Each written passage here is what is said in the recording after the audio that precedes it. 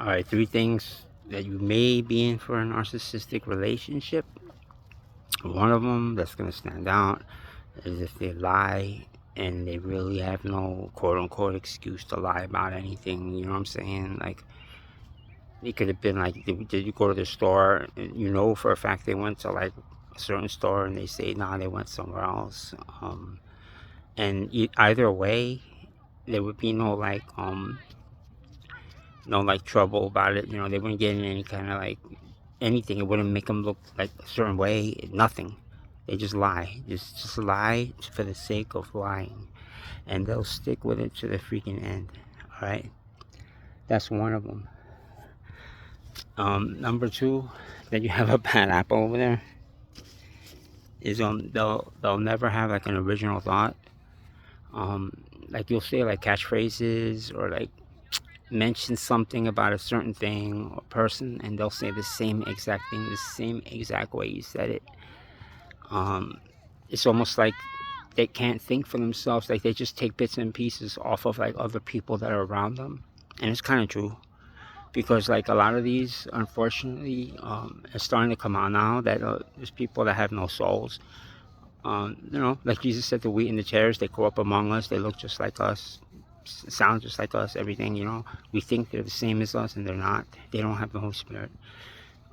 They're basically just like vessels, like you know, meat suits, you know, for like certain spirits to act out their personalities or their own will, and have like a human body to do it in, you know, because that's the most favorable habitation for a demonic spirit is the human body, because you can get more damage done, you know what I'm saying? Just plain and simple. You can do more sin in a human body than you can like a dog's or like a freaking insects, right? So that's like number two. They'll never have an original thought. They'll say the same things you said. Probably, you know, maybe they might have a little more passion when they say it, a little more conviction, but the truth is, it's not their thought, you know. They picked it up. You know, you could also tell them hanging out with other people if all of a sudden, like you've been with them for a minute, and then all of a sudden they're picking up certain like catchphrases that they say over and over out of nowhere. That means they're like chilling with somebody else, and they're catching these phrases from them.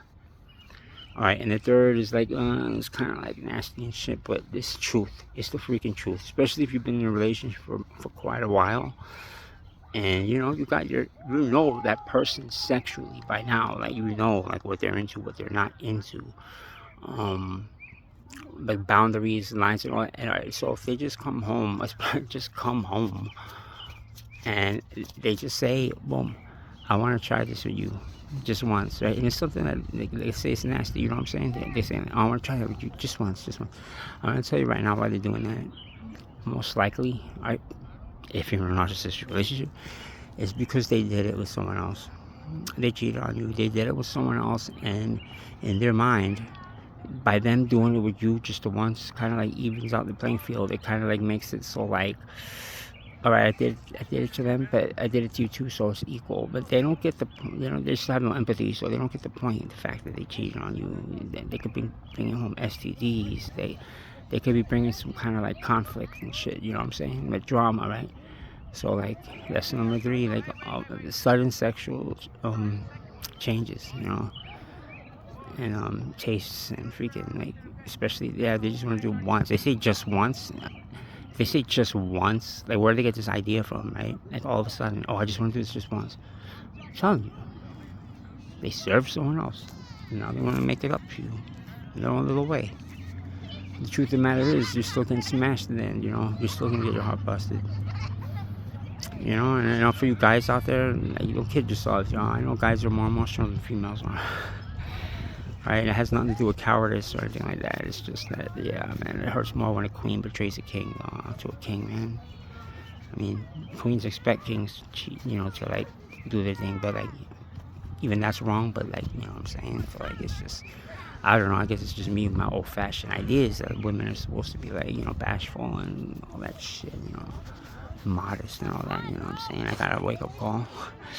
I'm not gonna hold it against all women, but you know, those are three things to keep in mind. 3 red flags, right? That you're in a narcissistic relationship and you're on the road to freaking being hurt But then again, think about it like this. You're on the road to learning something really special, man, that you can use for yourself and other people to help other people in the future.